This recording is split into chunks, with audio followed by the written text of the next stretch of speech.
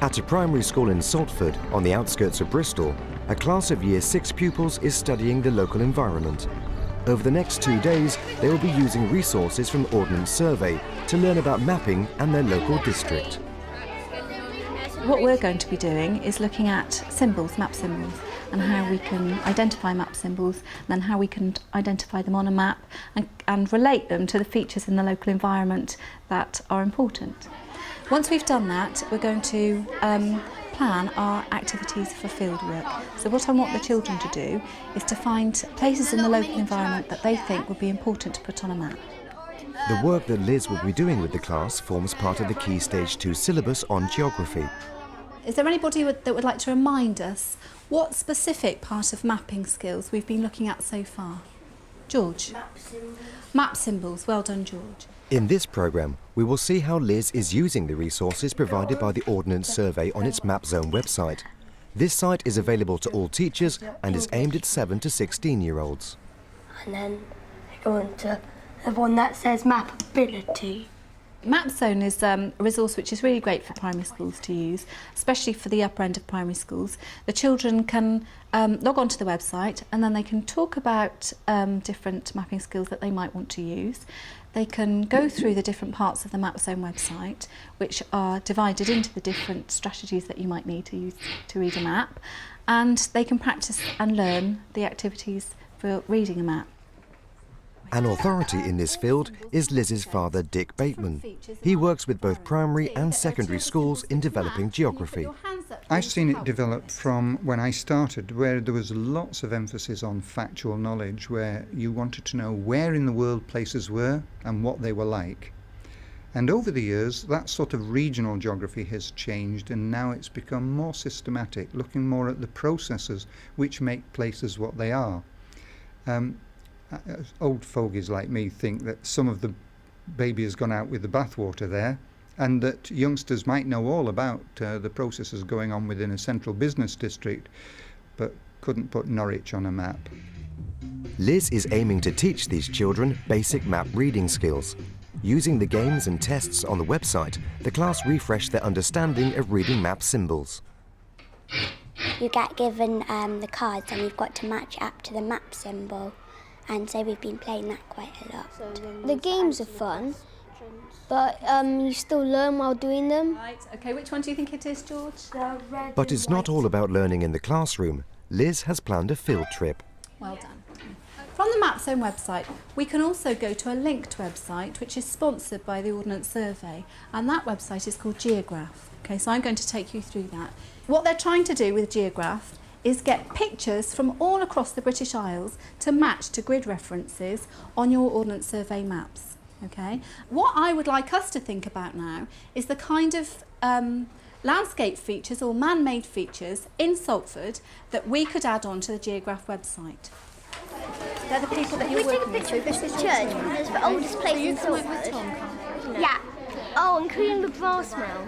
Those are the most historic places in Salford, aren't they? What about the brass mill? Or should we just go to the garage? Yeah, we should just go to the garages and pubs. Scout hut? Oh yeah. A4? Yeah. The row shops maybe. Yeah. Say we did go on a very long walk and we went near Longwood. Well, the wood, near Longwood, and we could take pictures of the wood. That's actually quite good, isn't it? We could do Saltford Hall and we could do just the beginning of the cycle track as you go up to it. Yeah, because it used to be a river, then it turned into a train track, then it turned into a cycle track. So it's actually quite interesting. Having decided which local landmarks they would like to feature, the children set off on their field walk around Saltford. In addition to taking photos for the Geograph website, they are taking photos for their local studies project. This involves selecting the right symbols to match with local features. The local studies project that we're going to be doing is a fieldwork exercise where we're going to go around and identify different features in our local environment that we think would be significant enough to mark on a map. So effectively I'm getting the children to be surveyors of the local environment. That's fine. No, a bit closer. Yeah, that's good. A field trip such as this offers the children an experience they can't get in the confines of a classroom. Field trips always offer that business of reality being different from the textbooks. That flat page, even if you've got a nice digital image, nice sharp one, is not the same when you get out there and it's 3 dimensions and there are noises and smells. And youngsters love being out of school, don't they? They don't see it as work, they see it as fun. We'll check on the symbols. What's the main road? That one. The yellow. There you go.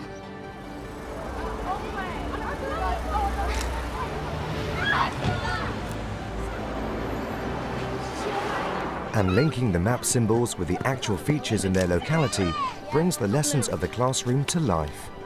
I think that ties in the dry information, let's say on an ordnance survey map, with the reality. And if the youngsters are looking at a symbol of a church and there's the church behind them or in front of them as they're looking at the symbol, they're matching it up. So the next time they look, say, at an ordnance survey map and they see the symbol, that mental picture of the church comes into mind and they can see what it is. I think that's so important.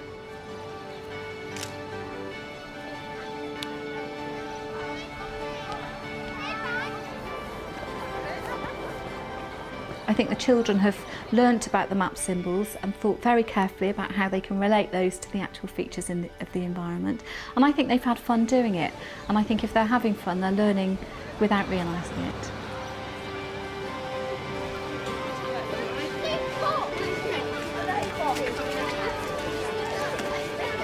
It was quite fun because we got to walk around with lots of friends and we saw lots of different things. And we saw some trains on the railway station. Well, I've uploaded the school, the golf club lane, the picnic area, the river.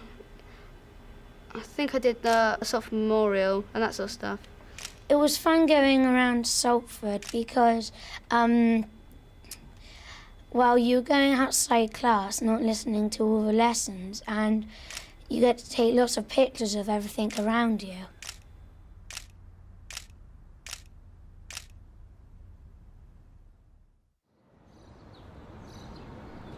The next day, the children begin their lesson by checking the route they took on their field trip with the aid of an ordnance survey map.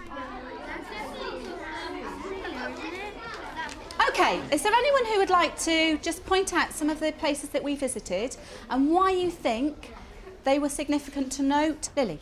The Crown. And why did you note the Crown? Because it's a good place to visit with some friends and you can have a lot of fun there because they've got stuff for kids as well.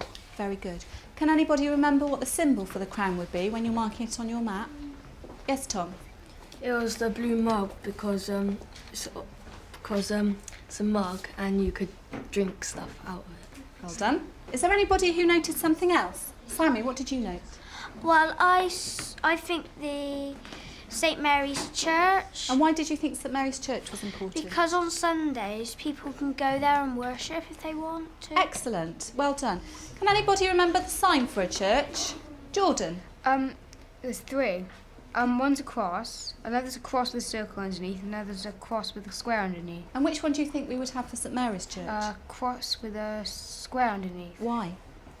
Because it's got a big tower. Excellent. One of the main things that they need to do is to realise about their local area. And I think the thing that the maps can tell us about their local area is information that actually they may not be aware of themselves, especially if they go to school in a car, if they're travelling around in a car all the time, they might not realise things about their local area. Armed with their photos, the children move into the ICT suite. Here they will select their best pictures and use them to customise a map for their local studies project.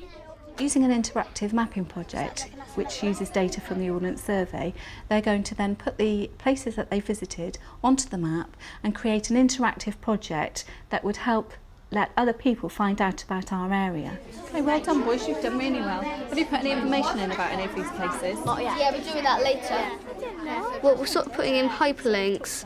You can't put sound in them, but you can put in pictures and text, and I'm uploading the pictures from the file into my project.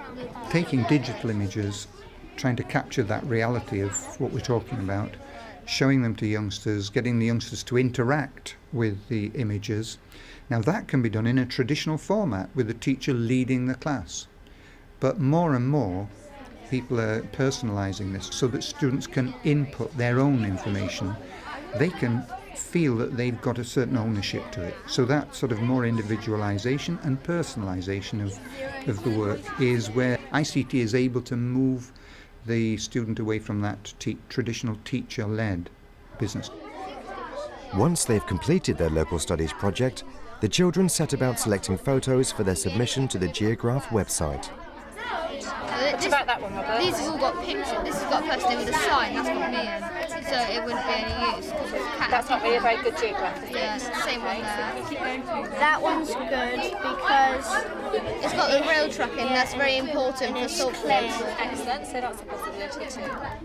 that one. We thought that was very good because it's got a view of the river and the weir overlooking the brass mill. So you've got quite a lot of things in there all at once. That's really good, isn't it? So Yeah. is that the one that we think we should use? Yeah, I think we should use that one. So now we need to submit, don't we? We need to submit a picture. Okay. Right. Now, first of all, we need to look at this then, don't we? And we need to decide. It's their first opportunity to apply the map reading skills they've learnt over the last 2 days. Making sure the information they submit is accurate is very important, as it's a national site monitored by Ordnance Survey. It'll be that grid reference. Okay, so if you go down to the bottom of there, I think it will. It says it right there. Right. What's your position? We're looking onto the river. We're looking that way. We're looking northeast, I think. We're on the footbridge, and we're looking that way, so it's southeast. Yeah. Okay, a photographer position, we need to locate that on this map here. Very good. So you're in the same grid reference, that's important. Go to next. Is that the photo you selected? Yeah, that's the one. Excellent. Do you think it makes a good Having successfully submitted their photo to the Geograph website, these children have literally put Salford on the map. The photos are now available to view online. Details of how to access the Ordnance Survey resources can be viewed on the Teachers TV website. I think the children have been brilliant. They've learnt really a lot about their local environment. They've become really good geographers. What's happened is that they've become more aware of the environment and our local area. They've picked out features that they wouldn't have been picking out before. I'm thinking of the footbridge, I'm thinking of the railway, that they haven't thought of as significant features in our local area because they don't see them day to day. I think in this day and age, geography can be squeezed, like lots of other subjects, can be squeezed out a little bit. It's difficult for us as teachers to find time to fit it in. And I would just like to reinforce how important it is to do it, and how if you are just doing a little bit, do it really well, get out and do some field work, use the MapZone website to help you prepare for that, and think about how the children can reflect on their field work by coming back and maybe putting a project together. The sort of stuff that's been happening in Salford this week, where fieldwork, digital images and maps are all combined and the youngsters become interactive between all three. That's the future.